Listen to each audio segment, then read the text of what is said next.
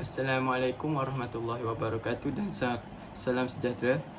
Hari ini kumpulan kami ingin membentangkan tugasan 3 penulisan akademik yang bertajuk Analisis Keutuhan Wacana, Sumber Rujukan dan Kejelasan Artikel. Daripada artikel pertama iaitu Penerapan Kemahiran Insaniah bagi Domain Afektif Kemahiran Komunikasi sepanjang Hayat Sosial dan Kepimpinan. Untuk menjadi siswa universiti yang ditulis oleh penulis iaitu Azhar Muhammad Sabil, Abdul Rasid Jamil, Samsuddin Othman, Rozita Radiah Said, Tajul Arifin Sulaiman, Zarian Nuliana Aminuddin. Artikel kedua pula bertajuk Pelaksanaan Pendekatan Pedagogi Terbeza dalam kalangan guru bahasa Melayu, kajian literatur sistematik yang ditulis oleh penulis iaitu Nurul Azia Sapian dan Wan Muna Ruzana Wan Muhammad. Ahli kumpulan kami terdiri daripada Nik Muhammad Haris, Muhammad Nur Nasrullah bin Rozairi dan saya iaitu Muhammad Wazakwan bin Abdul Wahid. Kami semua dari unit BM3, ambilan Jun 2023-2028. Baiklah, pada hari ini kami akan menerangkan lebih mendalam iaitu definisi wacana. Apakah itu wacana?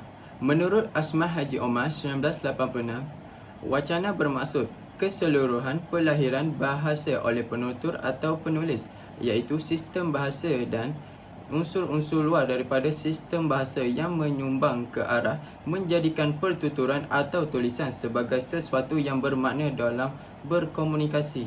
Menurut tokoh kedua iaitu Harimurti Kridalaksana 1992, wacana merupakan kesatuan bahasa yang lengkap dalam hierarki tata bahasa. Wacana merupakan kesatuan tata bahasa tertinggi atau terbesar. Wacana direalisasikan dalam bentuk karangan yang utuh seperti novel, buku, siri ensiklopedia, perenggan, kalimat atau kata yang membawa amanat yang lengkap. Wacana merupakan unit bahasa yang mempunyai kesatuan fikiran yang utuh dan melebihi batas ayat. Okey, akhir sekali tokoh yang terakhir iaitu Henry Gutul Tarigan 1985.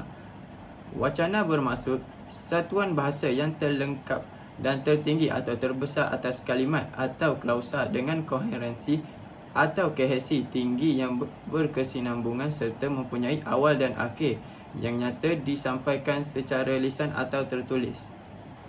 Apakah itu koheren dan kohensi? Koheren merupakan kesinambungan idea yang menjadikan wacana itu suatu teks yang bermakna dan difahami. Kohensi pula bermaksud keserasian hubungan antara suatu unsur linguistik dengan unsur linguistik yang lain. Terusnya, keutuhan semantik. Hubungan semantik yang wujud antara bahagian-bahagian wacana. Berdasarkan apa yang kami analisis melalui artikel 1, kami mendapat hubungan sebab dan akibat dalam artikel 1 iaitu komunikasi ini menggalakkan kita semua pelajar di universiti boleh berinteraksi dan mencari pelbagai ilmu di luar dan di dalam kampus. Seterusnya artikel 2 hubungan sebab dan akibat iaitu bagi memastikan proses pengajaran dan pembelajaran bahasa Melayu yang berkesan, guru bahasa Melayu perlu sentiasa bersedia dengan meningkatkan ilmu pengetahuan berkaitan pendekatan pedagogi terkini, khususnya pendekatan pedagogi terbeza bagi memenuhi keperluan pembelajaran murid yang kini tidak lagi melalui proses pengasingan kelas. Seterusnya, hubungan sebab dan hasil. Berdasarkan kami menganalisis artikel 1, kami terdapat hubungan sebab dan hasil iaitu bagi melahirkan siswa yang mapan, mereka bukan sahaja memerlukan kebijaksanaan kognitif, malah perkembangan efektif seperti pembinaan sasiah dan karakter perlu ditekankan. Marzuki A 2007. Bagi mencapai hasil ini, pihak universiti telah mewajibkan pelajar mengambil kursus kurikulum berkredit bagi membangunkan kemahiran generik dalam diri pelajar. Siti Rahaya et al. 2010. Seterusnya, artikel 2 yang kami dapat iaitu pemansuhan sistem pengasingan kelas telah mewujudkan kepelbagaian murid di sekolah rendah maupun menengah. Baiklah, seterusnya keutuhan leksikal. Apakah itu keutuhan leksikal? Keutuhan leksikal merupakan pemilihan dan penggunaan kata yang sesuai dengan makna yang disampaikan. Okey, apakah itu homonim dan eponim? Homonim merupakan perkataan yang sama bunyi atau ejaannya tapi mempunyai erti yang lain berdasarkan Kamus Dewan edisi keempat. Eponim memberi maksud perkataan yang maknanya terangkum dalam makna kata lain. Berdasarkan artikel 1 terdapat homonim iaitu personaliti lemah dan penguasaan bahasa yang lemah. Baiklah, berdasarkan artikel 2 terdapat juga hiponim iaitu pendekatan pengajaran tradisional, pendekatan pedagogi, pembelajaran, pendekatan pengajaran dan pengajaran. Okey, sekian saja daripada saya. Okey, seterusnya saya akan serahkan kepada saudara Nasrullah untuk menyambung pembentangan ini iaitu tentang analisis kejelasan penulisan. Seterusnya, analisis kejelasan penulisan. Penulisan yang jelas. Jelas ni bererti penulisan tersebut mudah difahami oleh pembaca serta mudah dibaca. Penulisan yang jelas adalah penting bagi mengelakkan kesalahan dalam mentafsir ayat dan untuk mengelakkan penyampaian yang bersifat samar-samar. Contohnya, dalam artikel, penulis menjelaskan dengan secara terus mengenai sesuatu hal yang dibincangkan, seperti kepelbagaian murid di dalam kelas kini merupakan satu cabaran yang perlu diberi perhatian oleh semua guru bahasa Melayu bagi merancang proses pengajaran kemahiran bahasa yang berkesan. Dan seterusnya, menggunakan bahasa yang formal. Jika dilihat kepada pengenalan ini, saya akan bacakan. Kemahiran insaniah KI merupakan satu elemen yang menggunakan kemahiran generik yang merentasi pelbagai domain pembelajaran. Elemen ini merangkumi aspek kepribadian dan kerja secara berkumpulan. Kemahiran insaniah KI merangkumi aspek-aspek kemahiran generik. Kemahiran generik adalah satu kemahiran yang penting dalam melahirkan pekerja yang kompeten apabila memasuki alam kerjaya yang sebenar. Kementerian Pengajaran Tinggi 2006 menyatakan bahawa KI pelajar terdiri daripada penguasaan kemahiran seperti kepimpinan, kerjasama berpasukan, komunikasi dan pembelajaran berterusan. Terdapat pandangan yang tepat bagi tema KI seperti personaliti individu, berkomunikasi, bersosial, berdaya tahan dan berinovatif. Di Universiti Pendidikan menerapkan. Baiklah, jadi penulisan formal yang digunakan adalah penting bagi setiap penulisan akademik untuk mengelakkan diri penulis daripada menggunakan bahasa selanga atau bahasa sehari.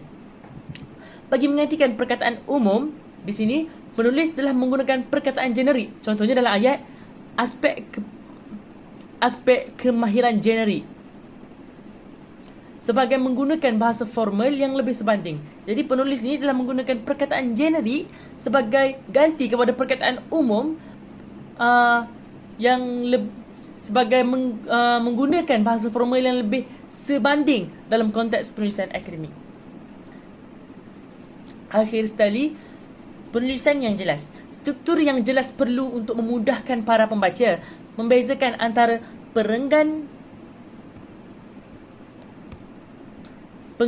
isi dan penutup untuk mengakhiri penulisan dengan berilmiah. Contohnya, kita lihat pada pengenalan di situ. Jadi, diletakkan perkataan pengenalan sebagai tajuk utama di atas supaya memudahkan kita sebagai para pembaca bezakan antara perenggan, pengenalan, isi dan penutup. Jadi di situ ada pengenalan. Di bawah tu ada kesimpulan. Saya bacakan sedikit secara keseluruhannya. Pendekatan pedagogi terbeza merupakan satu pendekatan pengajaran yang relevan dalam dunia pendidikan kini. Sampailah habis. Jadi penggunaan struktur ini semestinya memudahkan kita sebagai pembaca dan memudahkan juga penulis yang menulis untuk membezakan antara perenggan-perenggan. Seterusnya kita beralih pula kepada kajian kami tentang rujukan yang digunakan oleh artikel tersebut. Sumber rujukan ditulis dalam format APA, American Psychological Association, mengikut edisi terkini iaitu edisi ke-7. Boleh lihat daripada contoh tersebut, contoh rujukan yang digunakan. Senarai rujukan disusun mengikut abjad. Yang pertama bermula dengan huruf A, yang kedua A, yang ketiga A, yang keempat A, yang kelima huruf C, yang keenam huruf E, yang ketujuh huruf H, yang ke-8 huruf I dan seterusnya mengikut objek. Baris kedua ditulis secara ke dalam atau dikenali sebagai indent. Yang ketiga, rujukan disertai URL. Okey. Dalam artikel pertama, artikel ini penulis menulis rujukan pada halaman yang sama dengan kesimpulan.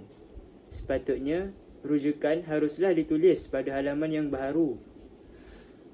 Di samping itu, penulis juga menulis rujukan pada bahagian tepi halaman. Sepatutnya perkataan rujukan harus diletakkan di bahagian tengah dan atas halaman. Sama juga seperti artikel yang kedua. Artikel yang kedua pula, penulis menulis rujukan pada halaman yang sama dengan kesimpulan. Sepatutnya, rujukan haruslah ditulis pada halaman yang baru. Di samping itu, penulis juga menulis rujukan pada bahagian tepi halaman. Yang sepatutnya perkataan rujukan harus diletakkan di bahagian tengah dan atas halaman. Boleh dilihat di contoh ini. Okey. Terdapat beberapa aspek yang penulis tidak mengikut format APA.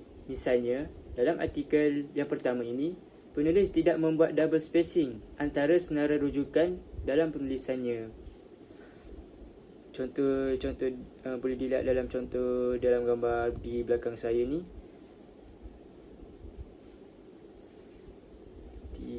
Okey. Sama juga seperti artikel yang kedua, penulis juga tidak mengikut format APA. Contohnya dalam artikel ini, penulis tidak membuat double spacing antara senarai rujukan dalam penulisannya. Akhir sekali, kita dah sampai kepada penutup. Secara keseluruhannya, artikel ini memiliki kelebihan yang menonjol, misalnya memiliki maklumat berilmiah yang padat. Wacana ini juga berkualiti kerana setiap hujah yang dinyatakan juga disertakan dengan bukti-bukti yang didapati melalui kajian serta membuat rujukan daripada tokoh-tokoh yang berautoriti dan sumber rujukan yang terbaru. Okey. Sekian. Itu sahaja daripada kumpulan kami. Sekian, terima kasih.